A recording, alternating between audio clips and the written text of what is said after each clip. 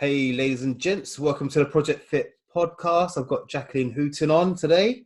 I'm extremely excited. I've been kind of fanboying you because I'm not a fan girl, right? Fanboying you for a while.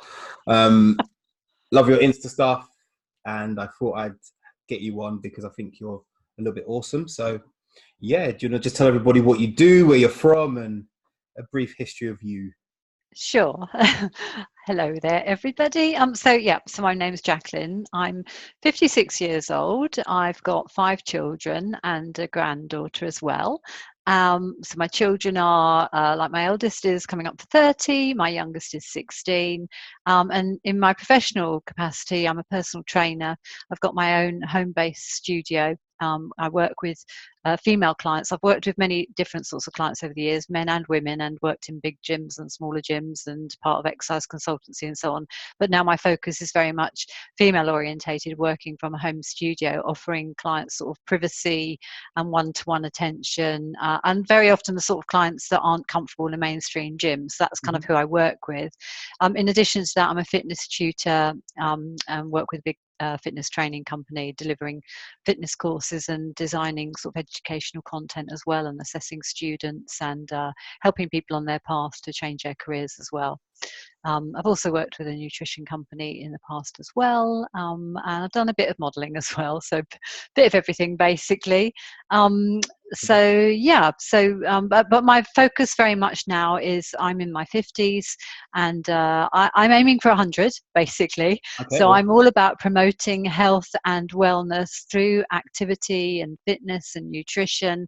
And I want to be around for my children for another 50 years and my grandchildren. So and I think that's perfectly doable. And I think with quite a population that is aging but also is not terribly healthy, it's about helping people realize the things that they can do to impact the change the trajectory of their own lives perhaps. Yep. Okay, love that. So, what got you into this kind of journey of fitness and stuff? Because I think you've done some like physique competition or bodybuilding. Yeah, sure. So, I mean, if I go way back, when I had my first son, I was 26. Yeah. When I had my last child, I was 40. When I had my first son, there was that kind of realization that I've now got another little human being I'm responsible for, Yeah. and I've got to be fit and healthy for this child. So, I really got into fitness at that point. I mean, some of your older listeners that will go like, yeah, remember Jane Fonda? Remember the I Jane remember. Fonda I remember. VHS videos? Yeah. That's and now we've got YouTube and all these other brilliant ways to connect with fitness. But way back when, if we wanted to be fit and active, there were things like pop mobility at your local village hall. But Yeah. if you were a mum at home, what did you do? So I was exercising with all the Jane Fonda videos, Did you and have then headbands as well? yeah, yeah, and yeah, all Headbands. the lycra and the Yeah. bright stuff, and we all like, yeah, yeah, go, go, go. You're the This is bird. very, You're the bird. yeah, exactly, exactly. So I've been through all the different sort of. I've seen fitness grow and develop, and gyms didn't exist like they do in sort of 20, 30 years ago, like they Yeah. do now. So Mhm. it's become more and more accessible. Um, so yes, that kind of got me into fitness, if you like, way back when, and made me very aware. And I've never stopped, basically. So I've always done something, but it's evolved over the years. I certainly didn't know in my 20s the importance of strength training. If I was starting again now, I'd be doing it in a much more sort of scientific and educated approach. But that got me into it. And during my time in fitness, I've done various things, as you've said. So yeah, I have competed before as a natural athlete, so an unassisted athlete. Mhm. Um, and I've been running races. I've sort of done London marathons. I've done a bit of everything really. I just love being active. I wouldn't say I'd say like I'm your enthusiastic amateur when it comes to things like this. Although I'm a professional working in the industry, when it comes to my ability in any of these things, I'm sort of way down there somewhere really. Oh, I'm not too But sure I'm a there. God loves a trier, so that's definitely me. I put myself up for things. I'm not the fastest. I'm not the strongest. I'm not the quickest. But But hopefully some of that is in my appeal as well, because people say, yeah, I'm not an athlete. I've never been an athlete as such. I'm athletic, but I've never achieved anything really from an athletic point of view. But hopefully that makes me more relatable for a lot of people, because literally anybody can do it. I want people to engage in the industry at whatever level they're at, and we should be able to take anybody regardless of ability, physical disabilities, age, enthusiasm, and get everybody engaged. That's kind of like my remit. That's what I want. Awesome. So I'm going to take you back to when you did your competition. How hard were you training for that? What was the kind of training regime that you had for that competition? Do you know what? I don't think the training was harder, because I've always trained. So I've always loved strength training, even before it kind of got more popular. Like it's become more popular or more mainstream for women in recent years. So I was always the only woman in the weight section of the gym, sort of 15, 20 years ago. So the training to me wasn't the hardest thing. It was so maybe just to explain it a bit more. One of the reasons I did it is because I've always been lean. I've never struggled with my weight. So in spite of having 3 children, I've never had that issue. So one of the reasons I wanted to compete was, although I was lean, I needed to get leaner to see muscular definition. And I'd never been through that process of having to lose body fat. And I felt, as an educational process and understanding where my clients are at when they're tackling not a small amount of weight loss, which is fat loss, which is what I was looking for, but some people who I'm working with who are clinically obese, we're talking about many pounds of fat they're looking to lose. And I thought, actually, never having been in a time where I need to diet, this was a very good kind of going through that process and getting just an inkling of what it's like for people. So apart from the other side of it, was actually having an aim, because sometimes I know years ago when I worked with a personal trainer myself before I was qualified, he was always like, so what are you training for at the moment? I just go like, well, just want to be fit and healthy and strong. And that's a really difficult client to work with, isn't it? When people have got a definite aim, like I want to run a 5K in 20 minutes, or I want to get my 10K time down to under 40 minutes, or whatever it happens to be, then we go, right, okay, we know exactly what we're doing with this. The plan, When you've got someone who's just like, I just want to be fit. Sort of just like intrinsically motivated, really. I don't need a medal. I don't need public adoration or people clapping their hands. I don't need that, but I appreciate some people do. So I'm a difficult person to work with from that point of view. So actually, it was quite good for me to do a competition, have something very definite to aim for. So you weren't just kind of just ambling along, like, right? For this. As opposed to now I'm ambling along, basically. Well, you amble, but I am and I'm not, because I've got, you do very well. I think you're everything I see from you is you always active. You're always doing something, whether it be obviously with clients or your morning ride or run, which I exactly, yes. So I tell everybody who's listening to this, get outside and move more. I think, you're probably really familiar with this phrase, intuitive eating, but I think there's a kind of another thing that we need to be aware about, and that's intuitive movement, intuitive activity, kind of the whole idea that you need to go into the gym for an hour and train. We kind of need to lose that mentality and actually see that activity continues throughout the day. Sometimes we're busier and moving more, but actually it's not a matter of, right, now I go and do my hour's exercise, because it's the other 23 hours in the day that really matter. So to me, it's about exactly. It's so, for a start, we know it makes a huge difference in terms of weight management. So we can kind of write off the good we do in the gym if we spend the rest of the day sat still. So like, get outside and just move and just engage in the industry at whatever level you're able to do. Just so many of my clients, when they come, new clients, when they come to me and they think they're going to be told they've got to run, they've got to do this, and I go like, so how much do you walk on an average day? And it's like, I don't really walk. Okay, well, let's start with a walk then. And they go, what? Well, I was thinking I was going to have to do this, that, and that. And I go, well, we can get to that, but just like for the next week, could you see if you could go out for a walk, like 10 minutes?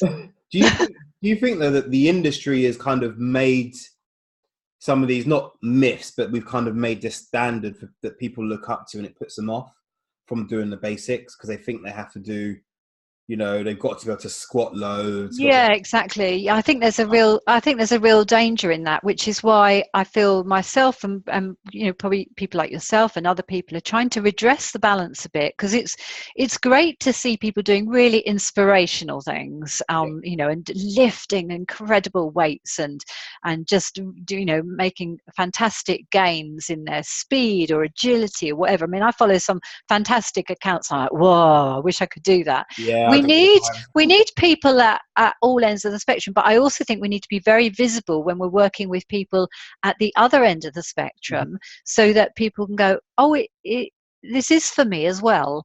Because Yeah, I hate the whole feeling that we can be exclusive, that we're an exclusive tribe and you're not good enough to be in our club. I just want to bash that myth, basically, and get everybody to engage at whatever level they're at. So yeah, I think, what's your original question? I think I've answered I that. think I Yeah. think I've lost it now. Anyway, I think you're right. I think things like play, an Mm. unintentional movement is massive. Yeah. Yeah. And one of the things I'm doing a lot more of is I'm starting to do a lot more animal flow stuff, Yeah. so I don't seize up because Yeah. I do a lot of online So work. this is definitely on my to-do list, because I did attended I've done a couple of animal flow things, and then I attended Richard Scrivener's class. He did a class at an event I went to recently, and that's just like, I've definitely got to do animal flow. And really, as you say, because of movement and the flow of that, and I'm very aware of that now at 56, that I don't want my movement to decrease from where it is at the moment. Mm-hmm. I know, we all know eventually, I'm sorry if this is breaking news to anybody, but we are all going to die. It's not about Oh, avoiding, really? No, it's not about avoiding death, no. but it's about, maintaining quality of life Yeah. for as long as possible. And so I'm very aware that movement is really, really, so it doesn't matter a damn what I squat. If I can squat, if I can get up and down and in and out of a car, or not that I like cars very much, but in and out of the bath, for example, Yeah. I don't need any assistance. That suits me.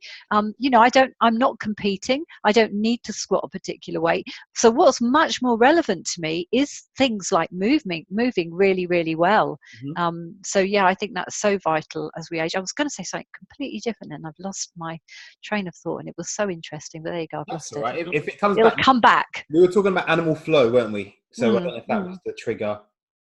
So I don't know if Oh, I know what I was going to there you talk go. about. Life expectancy in the UK. Yeah. So one of the things I'm very, very aware of as a woman, male statistics as well, is the difference between life expectancy and healthy life expectancy. So the life expectancy for men and women in the country has been slowly increasing. So I Yeah. think the latest figure for women is something like 81, 82.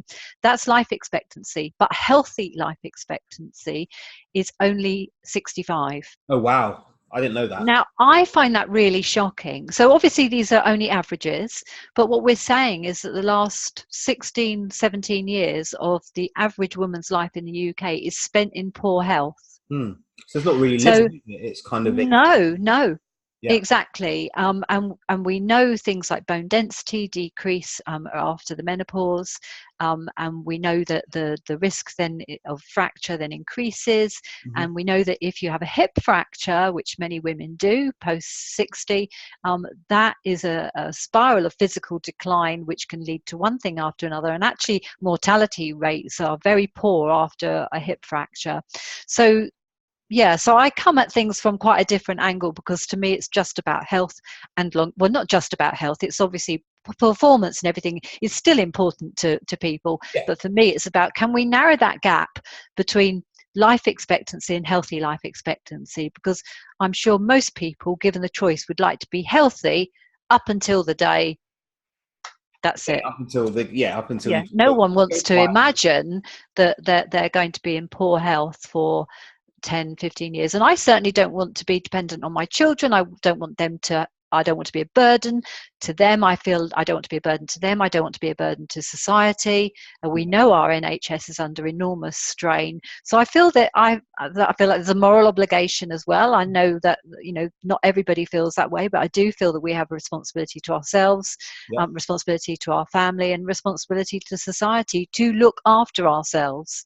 Yeah. And quite frankly, sort of in sort of 15, 20, 30 years, there's going to be so many elderly people. Who's going to be looking after us?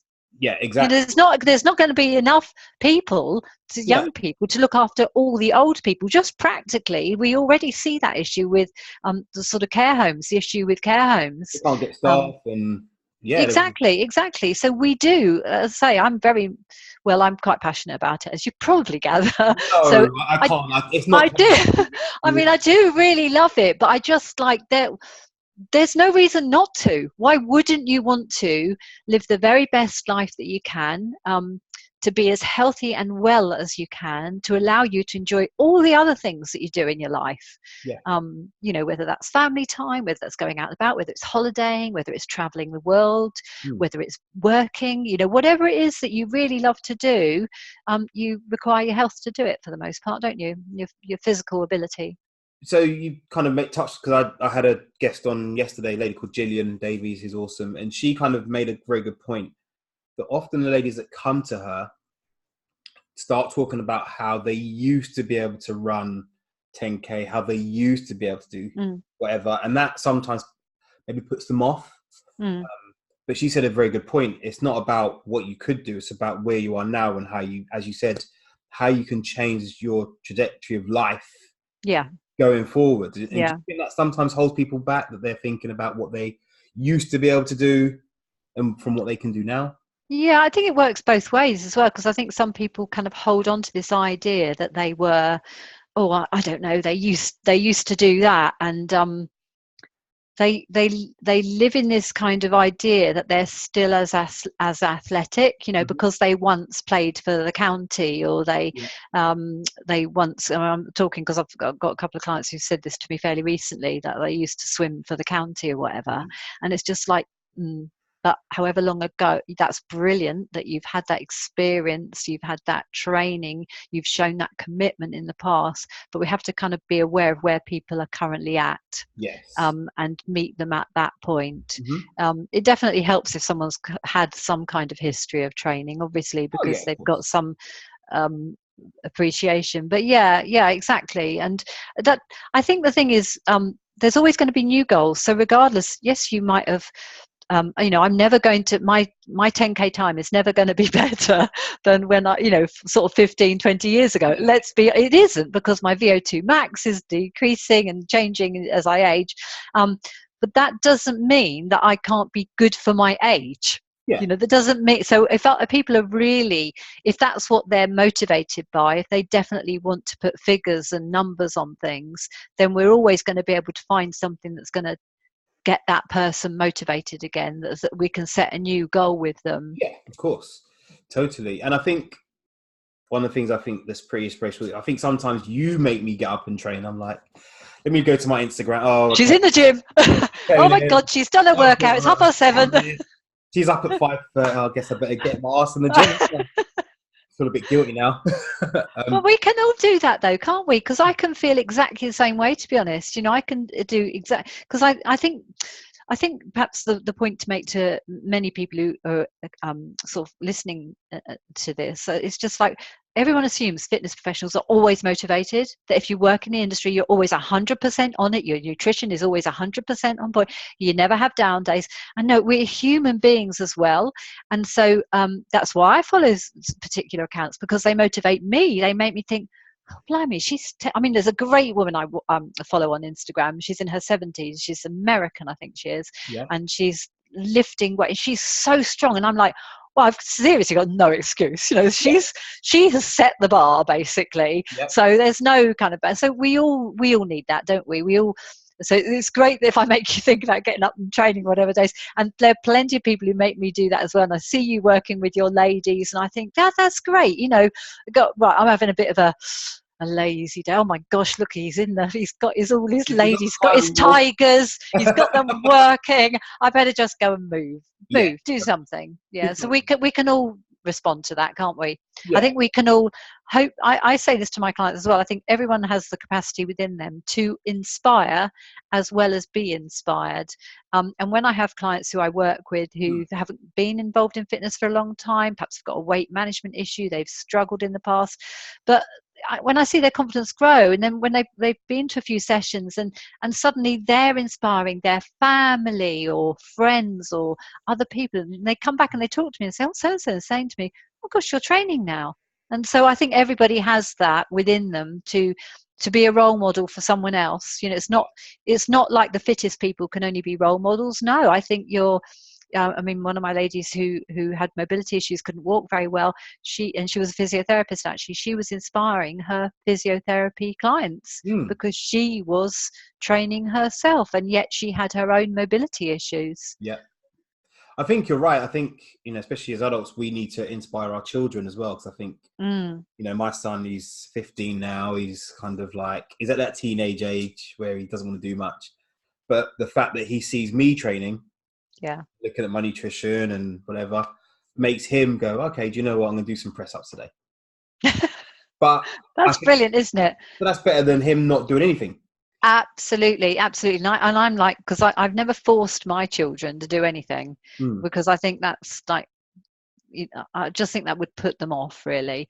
But they've come to it one by one, because Yeah. they've been in that environment where mum's always in lycra, she's always off to the gym, or she's Always training at lifting. home, or there are clients coming in, or she's out for a run, or it's not been like, oh, my mother suddenly decided to exercise. It's like they've never known anything any different. And I think if you grow up in that environment, it becomes the norm, doesn't it? Yeah. So hopefully, we can sort of normalize fitness for our families, and they just like, well, that's what we do.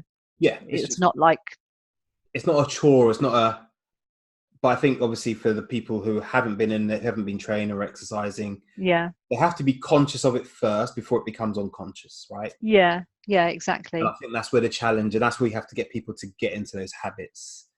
Yeah, definitely, By doing the small definitely. things first, etc. So, I know obviously nutrition is pretty important for you. And I know you've done Mac Nutrition University, Mm, haven't you? Or are you mm. still going through it? Yeah, I finished. Yeah.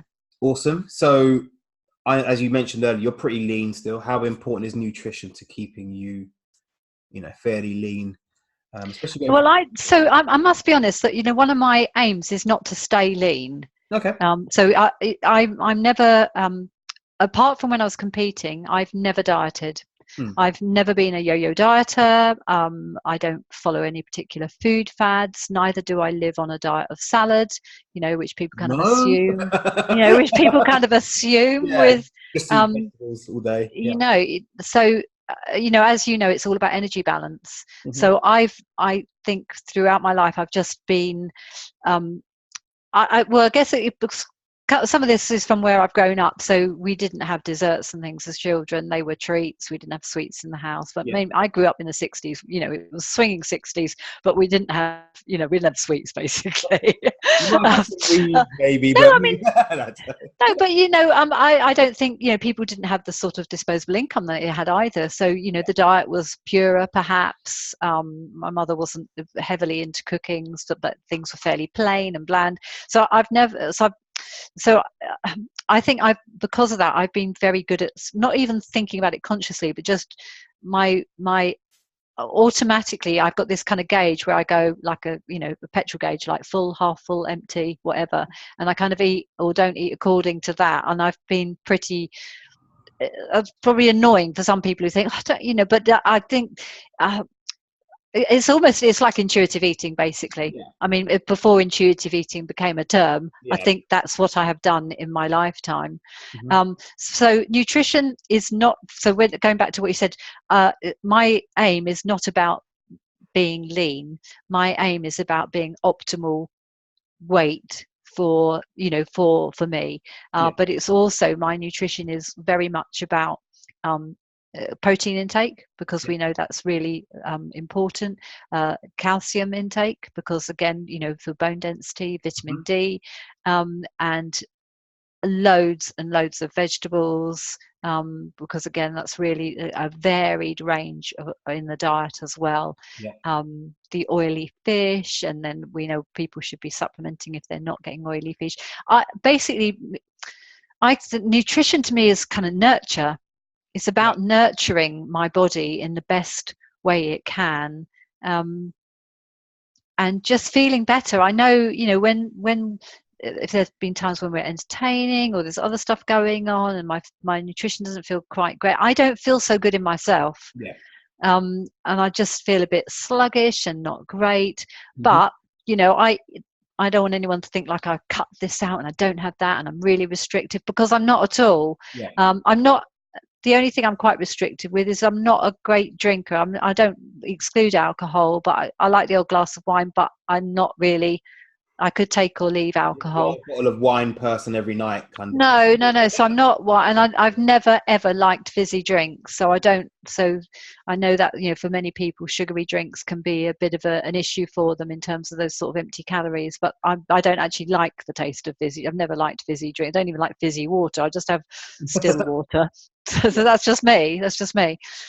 So nutrition for me, about nutrition is, again, we know from the blue zones of the world. I don't know if you heard anyone talking about blue zones before on here. No, before, no. Okay, so just very quickly. For people listening. So for people listening, the blue zones of the world have been identified as places where people live the longest and the healthiest. So they've got the biggest number of, now how do you say this? People who live over 100. Is that centenarians? Centenarians, I think it's right. Centenarians. I think that someone will correct us if we're wrong. Basically, anyway, so basically, these are areas of the world where they've identified there are a larger number than the rest of the world, where there are people who are in their over 100 and they're healthy, they're living long lives and healthy lives, and they've kind of looked at what are the common themes of those people, and they're not all necessarily vegetarians. Some eat higher carbohydrate diets. Some eat more protein in their diet. But one thing is fairly common is just that a lot of plant-based food within their diet. So that's not to say they're vegetarian, but they eat, one group is, but they eat a lot of vegetables within the diet. They eat homegrown things. There are other factors as well about their lifestyles. They are active, they spend time outside, they do exercise, they have sort of good the community is important to them, they have a purpose in life and so on. But we know that their nutrition is kind of is not processed, basically. Very, very little in the way of processed foods. So I think if we can kind of remember that, so when I think about my nutrition, I know that nutrition is beneficial for longevity. So that's something I kind of keep in mind as well. I think we make nutrition it's got all of a sudden really complex. We've got all these fads, and you often hear me have a little rant about people making nutrition too complex. We should take it back to the root, kind of, lots of single ingredient foods, and it becomes so easy. But I think people have now, because of all these fad diets, I think people are just confused. So when they're making it simple, they're like, no, it can't be that simple. It can't be that simple. Yeah, exactly. And that most people, I don't know what you found, but many of my clients have tried numerous diets. They've been on every kind of diet under the sun. I think there's and people are still looking for the perfect diet, if you like. And unfortunately, then the term diet has become misused as well, because we do want to talk in terms of what constitutes what is a healthy diet. But the minute you say healthy diet, people think, oh, that must mean keto or paleo, or it's got to have a name to it. It can't just be called a healthy diet. I just can't eat meat, fish and veg, like, seriously. Yeah. And I guess my last question for you really is strength training. You've touched on it before. How often are you strength training at the minute? 4, maybe 5 times a week. But you don't have to do strength training that many times a week. It's just that's what I like doing, because I tend to split my routines as well. So yeah. You just like to lift stuff and throw stuff around. I just do, I like that feeling of strength. I know it's very good for my body. I know it's very good for overall health. I know it's particularly important for women post-menopause. I mean, to me, it's just a non-negotiable thing. Yeah. And I think, it has so many other benefits to it. It's empowering. If you're feeling, again, I work with, because the nature of working from a home studio, many clients I work with have got sort of mental health issues as well, and they've perhaps been through relationship breakups, and suddenly when they're sort of lifting weights, they feel good about themselves. Something about being physically stronger has a carryover benefit to mental strength, I believe. I'm not sure what kind of research there is around it. Well, there is research, but it's very interesting topic, and I do think it has carryover benefits, because when someone feels like they just feel weak all over, you get them feeling a bit stronger and able, and they feel they're uplifted in themselves, they feel more empowered, and they're suddenly like, gosh, I can do that. And I'm always saying to my clients, because they go, oh, I don't think I can lift that. I go, yeah, you can. I mean, I've obviously gauged it. I know when they can go up a weight and all the rest of it. Yeah. And so many people I work with just like really underestimate how strong they can be. And I'm like, I'm the bounciest trainer. Like, I'm going, yes you can, yes you can, yes you can. And I go, yes, you did it. I told you could do it. I knew you had it in you. And you see people really uplifted by that. Yeah. And I think that's, apart from all the physical things that we know strength training does, it's just, yeah, I'm just a bit passionate about it. I know, and I think that's like, just go lift, okay? Go lift. I like that. Well, that's why I wanted you on. I think, you might do the bouncy thing. I give my clients the look. Do you? I give them a look. I watch what they lift, and I just look and go, and they know instantly. They go, lifted heavier. I'm like, right, next set. Yeah. Yeah, exactly. Yeah. And they're awesome for it. And I think one of my clients today was just talking about how now she can carry her own shopping. Yeah. Doesn't need her husband to carry it. Yeah, fantastic. Walking more. She's like 64 now, and she's doing TRX pull-ups from fairly deep angle. And that's absolutely brilliant, isn't it? Yeah, it's absolutely brilliant. It's the best feeling for me as well. I feel like my job. Yeah, because I love it. Because I take deliveries at the door or whatever, and the delivery driver is very kind of them. Always say, "Can you manage that, love?" And I go, "Yep, got it from here. I totally got it." And they watch you going walking down the hall. They're like, "How did she do that?" But that's what we want, isn't it? We don't. My father always says that when I was a toddler, whenever he took me for a walk somewhere, I'd say to him, "I can do it. I can do it." And I'm very much still like that. I'm like, I can do it. I'm really independent. I can do it. That's what your training and your exercise and is all about, is being able to keep doing it. Yeah. And also I think probably because people who are listening to this may not be familiar with me or whatever, but I'm not a big woman, am I? No. So before people think like, oh yeah, but does it make you big and bulky, and do you look like really masculine if you're doing it? Like I'm pretty small, aren't I? Yeah, you're very petite. So I'm and I lift double my body weight in terms of deadlifts. So I'm not so great with squats. I've got a back issue, but I lift double my body weight, but I'm still fairly small. So people don't have to be worried about the weights that they're lifting, as long as they're doing it with good technique. And women, you're just not going to get big. Unfortunately, I've been trying for a long time. I'm always like, I want to be bigger, I want more muscle, but it's not that easy. It's frustratingly hard work, isn't it? It's even for us men, it's hard work. In a shift. Yeah. So I'm totally with you there. Thank you for bringing that up. So I know you're a busy lady, so I'm not going to keep you too long, because we could talk forever, I think. So I've got a couple more questions for you. First of all, what is your favorite leg exercise? So me, every day is leg day. So I'm always trying to find out what your favorite leg exercise is. My favorite. Oh, there's too many. I like single leg exercises. I mean, I do loads of different leg exercises, but I think and I think this is a good one for many people, just because you can do as a body weight one, is a Bulgarian split squat, or some people refer to it as a rear foot elevated split squat. So if people are looking up that, want to know what it looks like or whatever. So I really like that. I love stiff leg deadlifts as well. So, Okay. it's hitting it says hamstrings, glutes, back, but I love that as well. I've got a congenital abnormality in my back, so I've got something called a venous hemangioma, which is basically a mass, is a benign mass in my erector spinae muscles. Okay. So things like squats, although I do them, I have to be really, really careful in terms of technique. So I do, squats and lunges and all the rest of it. But again, kind of like you can work around things. Yeah. You can work around things. But yeah, I like those rear foot elevated split squats. There's for stability, balance, And just there's so many variations, and it can be so brutal as well. yeah, I'm with yeah. you. I And love. also, we have to move.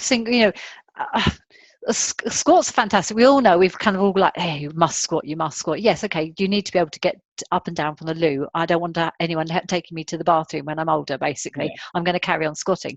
But if you think about day-to-day life, am I ever going to have to squat 50 kilograms, in addition to my weight, another 50, 60? Well, no, I'm not. But things like those split squats, lunges, walking lunges, those things, they have real carryover for day-to-day life and movement for me. So, yeah. And for runners especially as well. Yeah, exactly. Yeah. Run, etc. So awesome. And then I think my last question was, you didn't say where you were based, so people can. Oh, right. Okay. So Yeah. where are you based, and how can they find you? So I'm based in Bognor Regis on the south coast of the UK, and my business is called Her Garden Gym. So Her Garden Gym, because my home studio facility is based around. We've got inside space and outside space under summer house and garden. I'm very much promote that outdoor place. And yeah, Bognor Regis, for those of you who don't know, is right on the south coast. So we're literally, I'm a stone's throw from the beach. It's lovely. Don't believe what you've heard about Bognor Regis. We actually don't like too many people to know that it's really nice, because we like the beaches not as crowded as Brighton, basically. Brighton and Bournemouth. So, Okay, nice. so yeah, we're in between Brighton and Bournemouth, basically, if you're wondering where on the coast that is. But the beaches are nice and quiet, because we don't get as many we get tourists, but not as many, because people head to Brighton. We let them carry on doing that, because that means I get the whole beach to myself, right? And I've seen your Instagram where you just, it's all mine. It's all mine. It's all mine. I do actually call it my beach, which does kind of annoy other local people. But basically, I say it's my beach because I'm down there in all weathers. I'm not one of these fair weather beach people. I'm down there in all weathers. That's very, very true. So, yeah. Okay, and what would be your one bit of advice that people should take away from what we talked about today? What's the one thing you think people should just say? It's never too late. Yeah. Oh, so one bit of advice. Awesome. It's never too late, basically. And fitness is for everybody. So whatever level, whatever age, whatever ability, there will be something that you can do to engage and improve your health, your mobility, your wellness. So never think it's too. Start now. Just start. Just do it now. And if you're already doing it, brilliant. Keep doing it. Don't stop. Awesome. Thank you very much. So yeah, hopefully one day we'll get you on there again. I'd love to have you back. We also need to set up a climb as well sometime. Yeah. Did I talk too much? No, never. Keep talking. So yeah, hopefully I'll have you back on. You're climbing. Yes, I love your climbing. Yeah. I'm not as good as you. I'm not that good either, but hey. You look pretty good to me. Yeah, I just make it look good for camera. That's all I do. I can't even make it look good for camera. You've got to. If someone's laying on the floor, just gets the angle right, it might make it look like I'm high up. Exactly. That's what I get my friends to do. Okay, look, just take down a bit, and then you can. Yeah, it looks perfect. But yeah, that'd be awesome. Maybe one day we'll have to, when you're around London, maybe on like work or whatever. Or, yeah, we'll go for a climb. That'd be awesome. Awesome. Thank you very much. You're very welcome. All right. Take care. Lovely to talk to you. All right. Bye-bye. Bye.